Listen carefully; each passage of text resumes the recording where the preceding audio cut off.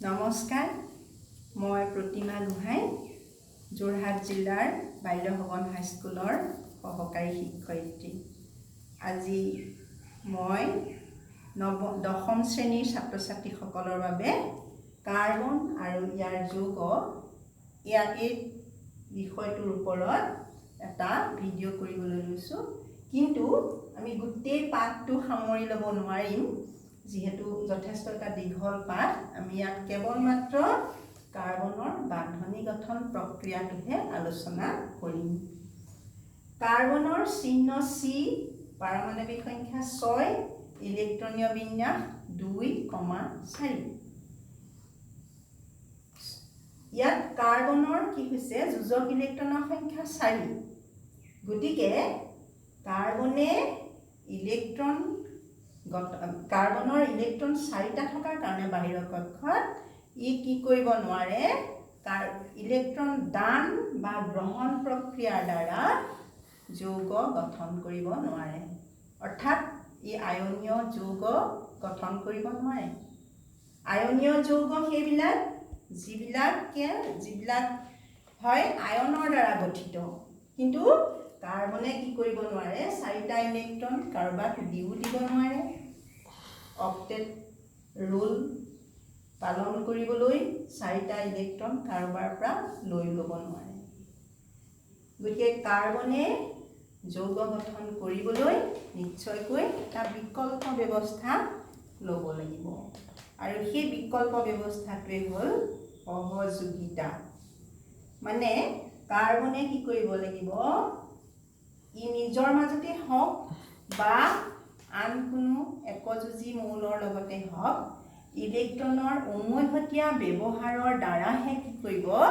যৌগ গঠন কৰিব পাৰিব। ইলেক্ট্ৰনৰ উমৈহতীয়া ব্যৱহাৰৰ দ্বাৰা যি যৌগ গঠন হয় সেইবোৰে হ'ল সহযোজী যৌগ। আৰু এই ইলেক্ট্ৰনৰ উমৈহতীয়া ব্যৱহাৰৰ ফলত যি বান্ধনি গঠন হয় সেয়ে হ'ল সহযোজী বান্ধনি। গতিকে এতিয়া আমি সহযোজী বান্ধনি গঠন প্ৰক্ৰিয়া চাম, কেনেকৈ সহযোজী বান্ধনি গঠন হয়। কেৱল কাৰ্বনে যে সহযোজী বান্ধনি গঠন কৰে এনেকুৱা নহয়। আমি পাইছোঁ হাইড্ৰজেন, অক্সিজেন, নাইট্ৰজেন, ক্লৰিন এইবিলাকৰ ক্ষেত্ৰতো অণু গঠনৰ ক্ষেত্ৰত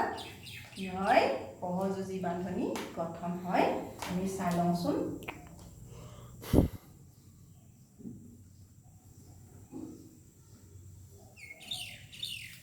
হাইড্ৰজেনৰ প্ৰথমতে আমি কেনেকৈ হয় এইটো চাওঁ। হাইড্ৰজেন, ইয়াৰ ইলেক্ট্ৰনটো বাহিৰৰ কক্ষত থকা ইলেক্ট্ৰনটো এটা, আমি এইটো দেখুৱাইছোঁ। আকৌ আন এটা হাইড্ৰজেনৰ বাহিৰৰ কক্ষত থকা ইলেক্ট্ৰনটো আমি দেখুৱাইছোঁ। হাইড্ৰজেনৰ এটা ইলেক্ট্ৰন নহয় জানো? ঠিক আছে। এতিয়া এই হাইড্ৰজেনটোৱে যদি এই হাইড্ৰজেনটোৰ ইলেক্ট্ৰনটো উমৈহতীয়াভাৱে ব্যৱহাৰ কৰে, তেতিয়াহ'লে ই হিলিয়ামৰ ইলেক্ট্ৰনীয় বিন্যাস লাভ কৰিলে। আকৌ এই হাইড্ৰজেনটোৰ ইলেক্ট্ৰনটো উমৈহতীয়াকৈ ব্যৱহাৰ কৰিলে সিও হিলিয়ামৰ ইলেক্ট্ৰনীয় বিন্যাস লাভ কৰিব। গতিকে হাইড্ৰজেনে কি হ'ব, এতিয়া এই দুয়োটা হাইড্ৰজেনৰ মাজত উমৈহতীয়া ব্যৱহাৰ হোৱাৰ কাৰণে সিহঁতৰ মাজত এই ইলেক্ট্ৰন দুটাৰ মাজত এডাল বান্ধনি গঠন হ'ব। বান্ধনিডাল কেনেকুৱা হ'ব, আমি বান্ধনিডাল এডাল এনেকৈ মাজত এডাল আঁচ এডাল দি দিছোঁ। এডালে বুজাইছে বান্ধনি, বুজাইছে এক বান্ধনি। হাইড্ৰজেন আৰু হাইড্ৰজেনৰ মাজত এক বান্ধনি হৈ হাইড্ৰজেনৰ অণু গঠন হৈছে। এইটো হ'ল এক বান্ধনি।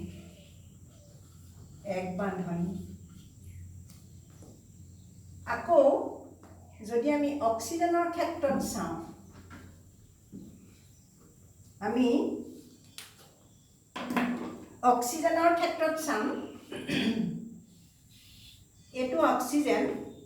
অক্সিজেনৰ পাৰমাণৱিক সংখ্যা হ'ল 8। গতিকে 2 আৰু 6, বাহিৰৰ কক্ষত 6টা ইলেক্ট্ৰন থাকিব। আৰু এইটো অক্সিজেনৰো বাহিৰৰ কক্ষত 6টা ইলেক্ট্ৰন থাকিব। যিহেতু যোজক ইলেক্ট্ৰনবিলাকেহে যোজনত অংশ লয় দেই, সেইকাৰণে আমি এতিয়া ইয়াৰ যোজক ইলেক্ট্ৰনকেইটা দেখুৱাম। 1, 2, 3, 4, 5, 6। এফালে এটো অক্সিজেনৰো 1 2 3 4 5 6 মানে এতিয়া কি হ'ব এই অক্সিজেনটোৱে যেতিয়া এইটো অক্সিজেনৰ দুটা ইলেক্ট্ৰন উমৈহতীয়াভাৱে ব্যৱহাৰ কৰিব অৰ্থাৎ ই কি কৰিলে 1 2 3 4 5 6 7 8টা ইলেক্ট্ৰনৰ অংশীদাৰ হৈ গ'ল আনহাতে এইটো অক্সিজেনৰ ক্ষেত্ৰটো আমি চাওঁ ইয়াৰো কি হ'ল 1 2 3 4 5 6 7 8টা হৈ গ'ল গতিকে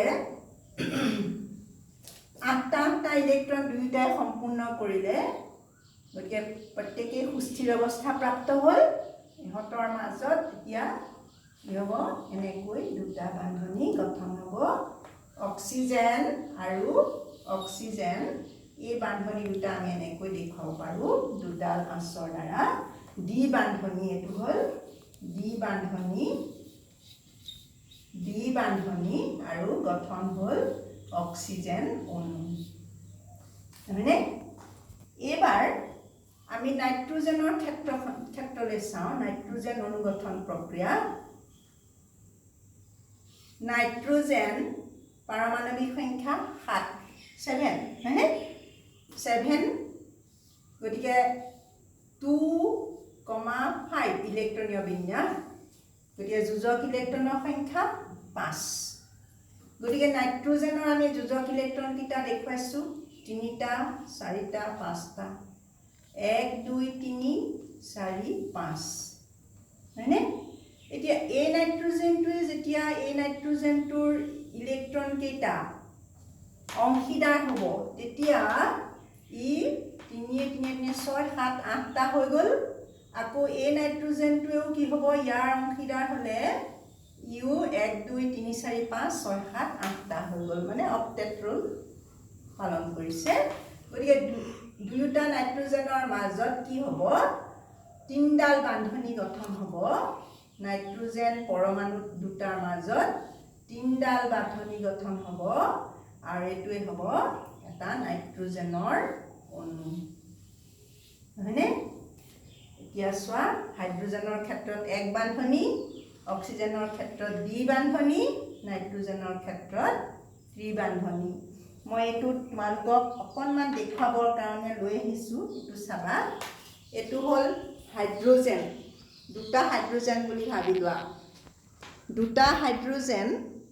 কি হৈছে এক বান্ধনিৰ দ্বাৰা ইহঁত লগ লাগি আছে দুটা হাইড্ৰোজেন আকৌ এইটো চাবা দুটা অক্সিজেন দ্বি বান্ধনিৰ দ্বাৰা লগ লাগি আছে মন কৰিছা দুডাল বান্ধনি দেখিছা দুটা অক্সিজেন পৰমাণু দ্বি বান্ধনিৰ দ্বাৰা কেনেকৈ লগ লাগিছে আনহাতে ইয়াত দেখিছা তিনডাল বান্ধনি আছে গতিকে এইটোৱে কি বুজাব নাইট্ৰোজেন দুটা নাইট্ৰোজেন পৰমাণুৰ মাজত ত্ৰিবান্ধনি গঠন হৈ নাইট্ৰোজেনৰ অণু গঠন হৈছে নহয়নে ঠিক আছে এতিয়া আমি কেৱল মাত্ৰ কাৰ্বনৰ ক্ষেত্ৰতেই নহয় তেতিয়াহ'লে এই একযুজী এই দ্বিযুজী পৰমাণু অৰ্থাৎ দ্বিযুজী অণু অক্সিজেন নাইট্ৰোজেন হাইড্ৰোজেন এইবিলাক দ্বিমৌলিক নহয়নে দ্বিমৌলিক মানে দুটা পৰমাণু লগ লাগি একেলগে থাকে গতিকে আমি এতিয়া তেতিয়াহ'লে এক বান্ধনি দ্বি বান্ধনি আৰু ত্ৰিবান্ধনি কাক বোলে আমি এক বান্ধনি তোমালোকে এইটো প্ৰশ্ন হিচাপে লিখিব পাৰিবা এক বান্ধনি দ্বি বান্ধনি ত্ৰিবান্ধনি কাক বোলে উদাহৰণ সহ লিখা তেতিয়া তোমালোকে ক'ব পাৰিবা যে এযোৰ ইলেক্ট্ৰনৰ উমৈহতীয়া ব্যৱহাৰৰ দ্বাৰা যি বান্ধনি গঠন হয় সিয়ে হ'ব এক বান্ধনি উদাহৰণস্বৰূপে হাইড্ৰোজেন আৰু হাইড্ৰোজেন পৰমাণুৰ মাজত এক বান্ধনি গঠন হৈ হাইড্ৰোজেনৰ অণু গঠন হয় দ্বি বান্ধনি কাক বোলে যেতিয়া দুযোৰ ইলেক্ট্ৰনৰ উমৈহতীয়া ব্যৱহাৰৰ ফলত কি হ'ব অনুগঠন হ'ব হেতু দ্বি বান্ধনী আৰু তিনিযোৰ ইলেক্ট্ৰনৰ মাজত উমৈহতীয়া ব্যৱহাৰ হৈ যদি অনুগঠন হয় হেয়া হ'ব ত্ৰিবান্ধনী তোমালোকে উদাহৰণ দেখুৱাব পাৰিবা নাইট্ৰজেন নহয়নে এতিয়া আমি কেৱল মাত্ৰ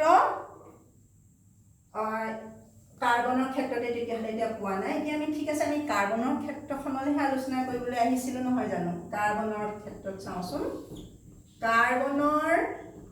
বাহিৰৰ কক্ষত কেইটা ইলেক্ট্ৰন থাকিব 4টা নহয়নে 4টা ইলেক্ট্ৰন বাহিৰৰ কক্ষত গতিকে যদি ই 4টা হাইড্ৰোজেনৰ ওচৰ চাপিব পাৰে এনেকৈ 4টা হাইড্ৰোজেনৰ ওচৰ চাপিছে তেতিয়াহ'লে এই 4টা হাইড্ৰোজেনৰ ওচৰ চাপাৰ কাৰণে ই কি হ'ব ইলেক্ট্ৰনৰ উমৈহতীয়া ব্যৱহাৰৰ ফলত এটা অনুগঠন হ'ব এটো কি হ'ব এটা যৌগ গঠন হ'ব মিথেন এটা কাৰ্বন আছে কেনেকৈ ইহঁতৰ মাজত এনেকৈ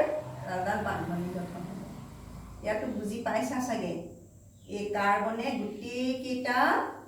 ইলেক্ট্ৰন হাইড্ৰোজেনৰ প্ৰতিটো হাইড্ৰোজেনৰে ইলেক্ট্ৰন কেইটাৰ লগত মানে ইলেক্ট্ৰন কেইটা উমৈহতীয়াভাৱে ব্যৱহাৰ কৰিছে প্ৰতিটো হাইড্ৰোজেনেই কাৰ্বনৰ এটা ইলেক্ট্ৰনৰ লগত উমৈহতীয়া ব্যৱহাৰ কৰি হাইড্ৰোজেনটো সুস্থিৰ অৱস্থা প্ৰাপ্ত হৈছে গতিকে এইটো এটা হ'ল মিথেনৰ অনুগঠন প্ৰক্ৰিয়া মিথেন কাৰ্বন এটা আছে আৰু হাইড্ৰোজেন আছে 4টা মই যে এই ফুটবোৰ যে দিছোঁ এই যে ইলেক্ট্ৰনবিলাক দেখুৱাইছোঁ ইলেক্ট্ৰনবিলাক গোল সৰু সৰু একোটা চিহ্নেৰে দেখুৱাইছোঁ তোমালোকৰ এইটোকে প্ৰশ্ন হ'ব পাৰে যে ইলেক্ট্ৰন ফুটচিত্ৰ দেখুওৱা এতিয়া তোমালোকে হাইড্ৰোজেনৰ ক্ষেত্ৰত ইলেক্ট্ৰন ফুটচিত্ৰ এনেকৈ দেখুৱাব পাৰা এইটোৱে হ'ল হাইড্ৰোজেনৰ ইলেক্ট্ৰন ফুটচিত্ৰ নহয়নে অক্সিজেনৰ ইলেক্ট্ৰন ফুটচিত্ৰ এনেকৈ দেখুৱাবা এইটো মিথেনৰ ইলেক্ট্ৰন ফুটচিত্ৰ এনেকৈ দেখুৱাব পাৰিবা এতিয়া মিথেনৰ গঠন প্ৰণালী তেতিয়াহ'লে কেনেকৈ হৈছে কাৰ্বন 4টা হাইড্ৰোজেনৰ লগত চাৰিফালে 4টা হাইড্ৰোজেন আছে এইটো হ'ল মিথেন এতিয়া মই এটা মিথেন অণু কেনেকৈ গঠন হৈছে এইটো তোমালোকক দেখাবলৈ লৈ আহিছোঁ চোৱা 4টা হাইড্ৰোজেনৰ লগত এনেকৈ কাৰ্বনৰ সহযোগিতা হৈছে উমৈহতীয়া বান্ধনী গঠন হৈছে এক বান্ধনী হৈছে ইহঁতৰ মাজত এক বান্ধনী কিন্তু হাইড্ৰোজেন এতিয়া আমি এই যে বান্ধনীৰ ক্ষেত্ৰত আলোচনা কৰিলোঁ যিহেতু সহযোজী বান্ধনীৰে কাৰ্বনে যৌগ গঠন কৰে গতিকে কাৰ্বনৰ যৌগবিলাকৰ ক্ষেত্ৰত আমি পাওঁ যে ইহঁতৰ উতলাংক আৰু গলনাংক কিন্তু বহুত কম যদিও বান্ধনীডাল দৃঢ় কিন্তু ইহঁতৰ অণুবিলাকৰ মাজত আকৰ্ষণ বলটো বৰ কম সেইকাৰণে তোমালোকে চাবাচোন মম এডাল পটককৈ গলি যায় মম এডাল কাৰ্বন নহয় জানো পটককৈ গলি যায় আকৌ যিহেতু কাৰ্বনৰ যৌগবিলাক আয়নীয় যৌগ নহয় গতিকে ইহঁতে ইলেক্ট্ৰনো কি কৰিব নোৱাৰে ইলেক্ট্ৰন এটা মানে ইহঁতৰ মাজত ইহঁতে ইলেক্ট্ৰযোজী যৌগ নহয় আয়নীয় যৌগ নহয় গতিকে আয়ন ইহঁতে কৰিব পাৰিব জানো চলাচল কৰিব পাৰিব জানো ইহঁতে নোৱাৰে ইহঁতে কেটায়ন এনায়ন গঠন কৰিব নোৱাৰে ঠিক আছে আমি আজি ইমানতে সামৰিছোঁ আমাৰ বান্ধনী গঠন প্ৰক্ৰিয়া আমি ইয়াৰ পাছত আৰু আলোচনা কৰিম তোমালোকৰ এটা আছে কিন্তু কাৰ্বন ডাই অক্সাইডৰ ইলেক্ট্ৰন ফুটচিত্ৰ সেইটো তোমালোকে কৰি চাবাচোন পাৰিবা মই অকণমান মাত্ৰ সামান্যতম দেখুৱাই গৈছোঁ তোমালোকে নিশ্চয় নিজে কৰিব পাৰিবা মই অকণমানহে দেখুৱাই গৈছোঁ দেই তোমালোকে নিজে কৰিবা কাৰ্বন ডাই অক্সাইড গতিকে দুটা অক্সিজেন থাকিব এনেকৈ কাৰ্বন ডাই অক্সাইড বুজিছানে অক্সিজেনৰ কাৰ্বনৰ 4টা এনেকৈ থাকিব আৰু অক্সিজেনৰ এই দুটা বাকি 2 3 4 5 6 2 3 4 5 6 এটোৱে হল কাৰ্বন ডাই অক্সাইডৰ ইলেক্ট্ৰন ফুটচিত্ৰ